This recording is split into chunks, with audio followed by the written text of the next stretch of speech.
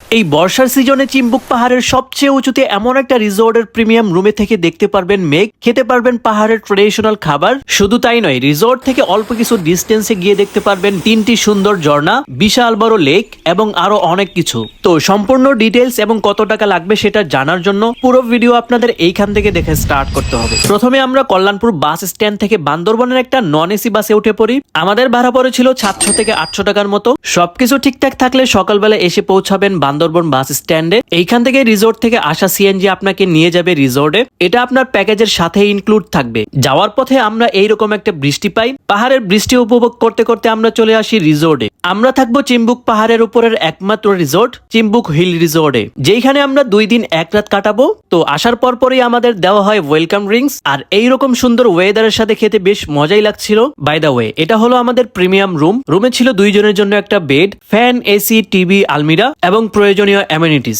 সাথে অ্যাটাচ ওয়াশরুমও ছিল। আর হ্যাঁ, রুমের সাথেই ছিল জানালা, যেটা খুললেই দেখা যায় মেঘ এবং পাহাড়ের অসম্ভব সুন্দর একটা ভিউ। তারপর আমরা চলে যাই লাঞ্চ করতে। লাঞ্চে ছিল পাহাড়ের ট্রেডিশনাল খাবার, এন্ড এটা পেয়ে আমি খুব মজা করে লাঞ্চটা শেষ করি। যেহেতু চিম্বুক পাহাড়ে শুধুমাত্র এই একটাই রিসোর্ট, তাই চারদিকে শান্ত এবং নিরিবিলি পরিবেশ। এন্ড এইখানে একটা বড় বটগাছ আছে, যেটা অনেক বছরের পুরনো। তার নিচে এমন একটা ভিউ পয়েন্ট আছে, যেখান থেকে ম্যাক্সিমাম সময় মেঘ এবং দেখা যায় পাহাড়ের ভিউ। তাছাড়াও এইখানে আরো বিভিন্ন পয়েন্ট আছে এবং ছাদের উপরে যেও দেখা যায় মেঘ। সো তারপর রিসোর্টের সিএনজি আমাদের নিয়ে যায় নীলগিরিতে। এইখানের ভিউ ছিল জাস্ট অসাধারণ। রাতের বেলা ছিল এমন একটা ভিউ, মেঘ একদম হাতের কাছে এসে গেছে।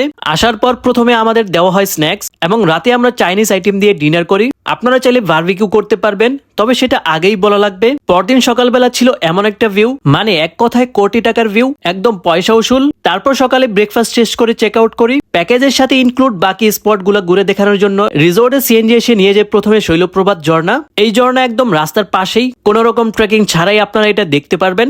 দেন আমাদের নিয়ে যাওয়া হয় মেঘলা পর্যটন কেন্দ্রে, যেখানে ঘুরে আপনি অনেক কিছু দেখতে পারবেন। তারপর চলে যাই আমরা নীলাচলে। ভাই, এমন একটা বৃষ্টির মধ্যে পাহাড় দেখা সত্যিই অন্যরকম একটা অভিজ্ঞতা ছিল। এগুলো ছিল আমাদের রিসোর্টের প্যাকেজের মধ্যেই। তার বাইরে আমরা গিয়েছিলাম প্রান্তিক লেক, অনেক সুন্দর বড় একটা লেক, যেখানে আপনি জিপলাইন এবং লেকের মধ্যে বোটে করে পুরো লেক ঘুরে দেখতে পারবেন। তারপর আমরা চলে যাই ঝর্ণা দেখতে। এটার নাম হচ্ছে রূপসী ঝর্ণা। তার পাশে জিরি দিয়ে হেঁটে চলে যাই আরেকটা ঝর্ণা দেখতে, আর এটার নাম হচ্ছে রূপালী ঝর্ণা। ঝর্ণাটা খুব সুন্দর। এই ঝর্ণাটায় মানুষ অত বেশি থাকে না, তবে সাজেশন থাকবে 3 থেকে 4 জন মানুষ একসাথে যাওয়া। ওকে, এখন বলি আপনাদের রিসোর্টে থাকতে কত টাকা লাগবে। আমরা তাদের এইখানের একটা প্যাকেজ নিয়েছিলাম, যেই প্যাকেজে ছিল বান্দরবন বাস স্ট্যান্ড থেকে রিসোর্ট পর্যন্ত পিক এন্ড ড্রপ, 2 জন থাকার জন্য একটা প্রিমিয়াম এসি রুম, সাথে breakfast, lunch, dinner, Nilgiri, Shoilopropat ঝর্ণা, Titanic view point, Meghla, Nilachal, এগুলো সব প্যাকেজের মধ্যেই। তবে স্পটগুলোর এন্ট্রি ফি